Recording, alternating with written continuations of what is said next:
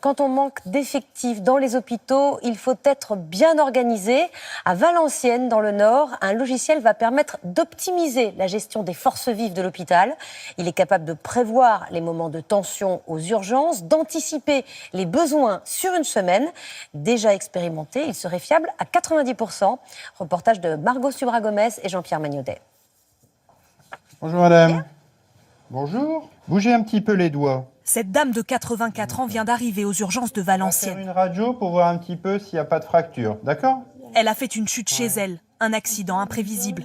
Mais cet hôpital fait le pari de prévoir l'imprévisible.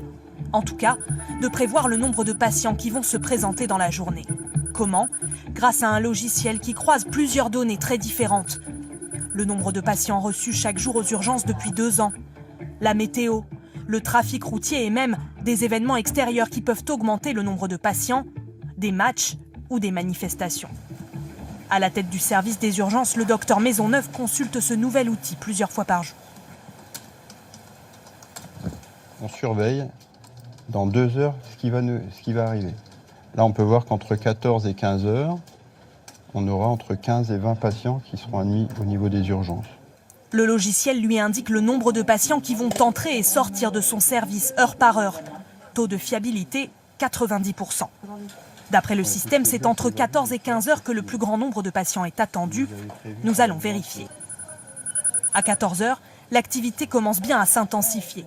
Les brancards se bousculent dans les couloirs, les soignants s'activent. L'intérêt du logiciel, c'est aussi d'anticiper les besoins en matériel et en personnel. On a environ 4 personnes physiques en plus du personnel qui aurait été normalement attribué à ce secteur-ci. Et ça, c'était pas possible de le faire avant?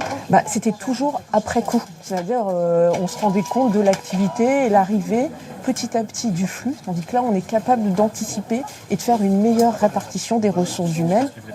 Prédire le flux de patients, pour certains médecins, cela n'a d'intérêt que si tous les services de l'hôpital s'équipent du logiciel. Je pense que ça sera un bon outil quand ça sera du management de lits, vraiment, et que ça nous permettra d'avoir dans les étages des lits d'aval en fonction des flux qui seront prédits et des hospitalisations dans les services qui seront prédits. C'est au sous-sol de l'hôpital que les données des patients sont stockées dans ces serveurs informatiques, puis envoyées de façon cryptée à la société qui développe le logiciel. Les données qui sont nécessaires à la mise au point de cet algorithme sont des données dites de volumétrie, mais en aucun cas liées au patient ou à sa pathologie ou quoi que ce soit de nominatif. L'intelligence artificielle doit permettre à l'hôpital de faire des économies en rationalisant ses coûts. L'établissement déboursera plusieurs centaines de milliers d'euros chaque année pour exploiter le logiciel.